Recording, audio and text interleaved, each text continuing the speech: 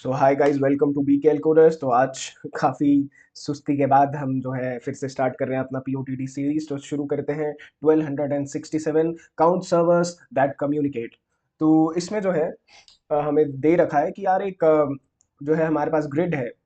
Grid यानी एक matrix है हमारे पास m इंटू एन साइज का। एक मैट्रिक्स है हमारे पास m इंटू एन साइज का। तो इसमें हम मान लेते हैं कि ये हमारा जो ग्रिड दे रखा है बना लेते हैं।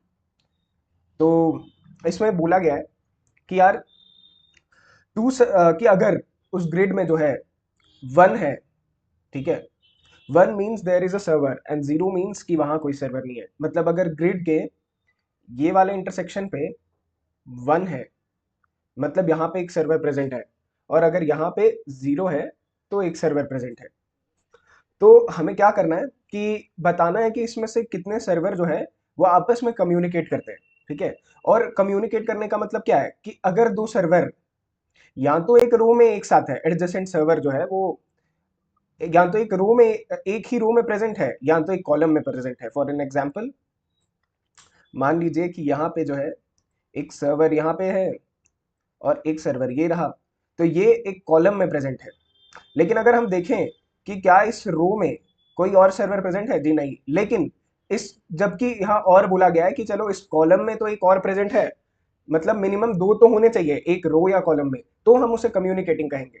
तो यहाँ पे एक प्रेजेंट है तो मतलब हाँ ये एक कम्युनिकेटिंग सर्वर है। और यहाँ पे चेक करते हैं कि यहाँ पर अगर हम देखें कि जीरोथ रो में यहाँ एक है और जीरोथ कॉलम में यहाँ पे दो प्रेजेंट है, तो मतलब कॉलम में तो दो प्रेजेंट है, मतलब ये वाला भी एक कम्युनिकेटिंग सर्वर है। तो यानी दो हमारे कम्युनिकेटिंग है। अब मान लीजिए कि यहाँ पे एक रहता है यहाँ पे। आ, चलिए यहाँ देखते हैं। तो यहाँ हमने देखा कि थर्ड रो में और फर्स्ट कॉलम में एक सर्वर प्रेजेंट है, ठीक है। थर्ड रो फर्स्ट कॉलम में एक सर्वर प्रेजेंट है और जीरोथ रो और वन कॉलम में एक सर्वर प्रेजेंट है। तो अगर हम देखें कि रो में तो ये वाला जो सर्वर है इसके रो में तो कोई प्रेजेंट नहीं है, लेकिन कॉलम में प्रेजेंट है, तो टोटल हमारे पास दो हो गए। दो या दो से ज्यादा प्रेजेंट हो तो वो कम्युनिकेटिंग है, तो ये कम्युनिकेटिंग सर्वर हो गए, ये भी और ये भी। अब चलिए यहाँ पे चेक करते हैं। यहाँ पे तो ये हो गई हमारी फोर्थ रो फोर्थ कॉलम, ठीक है। फोर्थ रो फोर्थ कॉलम के इंडेक्स पे हम देखें, तो अगर हम देखें फोर्थ रो में भी कोई प्रेजेंट नहीं है इसके अलावा, और फोर्थ कॉलम में भी प्रेजेंट नहीं है, तो ये एक नॉन कम्युनिकेटिंग सर्वर हो जाएगा। आई होप आपको क्वेश्चन की बेसिक अंडरस्टैंडिंग हो गई है। तो आइए हम जो है अप्रोच की ओर चलते हैं इसके। तो सपोज हमारे पास ये वाला केस है जिसमें जीरो क्रॉस जीरो इंडेक्स पे जो है एक सर्वर है, और जीरो क्रॉस वन इंडेक्स पे एक सर्वर है, और वन क्रॉस टू इंडेक्स पे एक सर्वर है, और टू क्रॉस टू इंडेक्स पे एक सर्वर है, और थ्री क्रॉस थ्री पे एक सर्वर है। तो अब इस केस में जो है हम पहले जो क्वेश्चन में एग्जैक्टली जो लिखा है वही करेंगे। तो सबसे पहले तो हम पता लगाएंगे कि भाई ट्रैवर्स करके कि सर्वर किस किस जगह पे है। तो सर्वर कहाँ पे है उसका मतलब क्या है कि वहां पे वन होना चाहिए, ठीक है। अगर वहां पे वन है मतलब वहां सर्वर प्रेजेंट है। अब वो कम्युनिकेटिंग है या नहीं वो अलग बात है, पहले हम पता लगाएंगे कि सर्वर कहाँ कहाँ पे है, उसका हम टोटल काउंट निकाल लेंगे, ठीक है। तो पहले हम चेक करते हैं जीरो और जीरो इंडेक्स पे। तो यहाँ हम देखेंगे कि हाँ सर्वर प्रेजेंट है, तो हम यहाँ टोटल काउंट बढ़ा देंगे इसका। और साथ ही में हम इसके रो के काउंट की और कॉलम के काउंट की फ्रीक्वेंसी काउंट कर लेंगे। तो इनिशियली यहाँ पे जो है हम जीरो जीरो सब रहेगा इसमें रो में और कॉलम में, सॉरी, जीरो जीरो जीरो। तो तो रो और कॉलम की फ्रीक्वेंसी काउंट कर लेंगे। और साथ ही में तो अगर हमें वहां पे जो है एन क्रॉस एन पे कहीं पे भी वन मिलता है, मतलब वहां सर्वर प्रेजेंट है, वो हम टोटल काउंट स्टोर कर लेंगे। और वो कम्युनिकेटिंग है या नहीं ये बात की बात है, वो कम्युनिकेटिंग है या नहीं वो बात की बात है। तो अब हमने जो है यहाँ देख लिया, हाँ जीरो क्रॉस जीरो पे है। और अगर हम देखें तो जीरो पे हम यहाँ पर एक डाल देंगे, मतलब रो जीरो पे प्रेजेंट है और कॉलम जीरो पे भी प्रेजेंट है, ठीक है। तो हम बेसिकली फ्रीक्वेंसी काउंट करके ये पता लगाएंगे क्या उस कॉलम में या उस रो में दो प्रेजेंट है, यानी मतलब दो सर्वर प्रेजेंट है। अगर दो सर्वर प्रेजेंट है मतलब वहां कम्युनिकेशन हो रही है, यानी वहां एक कम्युनिकेटिंग सर्वर है। तो ये हमने यहाँ पे एक काउंट ले लिया इसका, ठीक है। तो अब हम आगे बढ़ेंगे जीरो को वन पे, ठीक है। जीरो क्रॉस वन पे यहाँ हम देखेंगे कि यार यहाँ पे भी एक सर्वर प्रेजेंट है। तो पहले तो यहाँ पे हाँ एक हमें मिल चुका है, यानी 0,1 पे, तो टोटल काउंट हम जो है 1 कर देंगे। तो यहाँ हम देखेंगे कि हाँ यार यहाँ पे एक सर्वर प्रेजेंट है। तो यानी मतलब जीरो का टोटल एक सर्वर प्रेजेंट है, तो पहले तो जीरो का 0th रो पे हम दो प्रेजेंट है, और अपना वन कॉलम पे वन कॉलम पे एक प्रेजेंट है।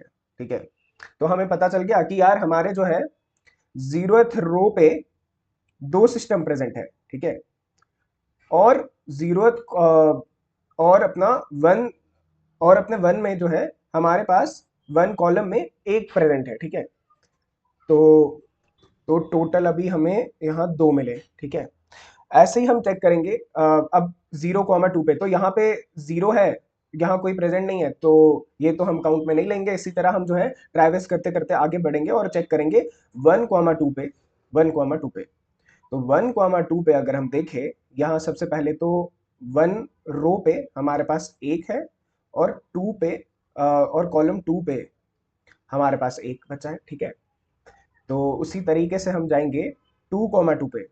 2,2 पे हम जाएंगे तो हमारे पास टू रो में एक है, और टू कॉलम में दो है। तो पहले तो प्रीवियस वाले का हम तीन कर लेंगे, और ये वाला जो है थ्री हो गया था, और ये वाला हमारा हो जाएगा चार। ठीक है, अब हम चेक करेंगे 3,3 पे। तो 3,3 पे हम देखें कि यहाँ पे एक प्रेजेंट है, और 3,3 पे एक प्रेजेंट है, और कॉलम में भी एक प्रेजेंट है। ठीक है, और सिंस ये वन है तो टोटल काउंट है 5। ठीक है, तो ये एक अप्रोच रहेगी। तो अब हमें टोटल काउंट तो मिल गया है, लेकिन हमने अभी ये चेक नहीं किया है कि क्या क्या वहां दो कम्युनिकेटिंग क्या वो कम्युनिकेटिंग सिस्टम है, ये हमने अभी चेक नहीं किया। हमने सिर्फ अभी पता लगाया है कि एक रो में कितने सिस्टम पड़े हैं। ठीक है, एक रो में कितने सिस्टम पड़े हैं, एक कॉलम में कितने सिस्टम पड़े हैं, और साथ ही हमने टोटल हमारे पास कितने सिस्टम पड़े हैं इसका काउंट ले लिया है। पर कितने कम्युनिकेटिंग सिस्टम पड़े हैं ये काउंट नहीं है। तो कम्युनिकेटिंग सिस्टम में एक कंडीशन थी, अगर आप याद करो, कि अगर किसी रो में मिनिमम दो कंप्यूटर पाए जाते हैं, या किसी कॉलम में मिनिमम दो कंप्यूटर पाए जाते हैं, तो उसका मतलब वो एक कम्युनिकेटिंग सिस्टम है। उसके लिए हम क्या करेंगे, हम सबसे पहले तो वापस से जो हमने पोजीशंस मार्क किए ट्रैवर्स करेंगे, और देखेंगे कि यार इसमें चेक करेंगे इसी मैप में जो है रो और कॉलम का, कि यार कि कितनी ऐसी रो है जहां पे, जो रो चेक करेंगे जहां पर सिस्टम दो बार आया है या कॉलम दो बार आया है। ठीक है, अगर तो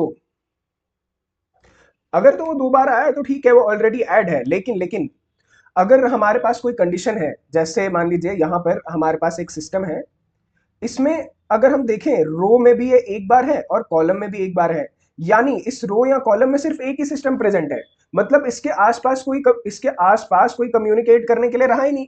तो हम टोटल काउंट में से वो डिक्रीज कर देंगे। ठीक है, टोटल काउंट में से ये वाला सिस्टम डिक्रीज कर देंगे, यानी सब्ट्रैक्ट कर देंगे, तो हमें फाइनल जो है जितने कम्युनिकेटिंग सिस्टम है वो मिल जाएंगे। तो एनीवे हम यहां से शुरुआत करते हैं।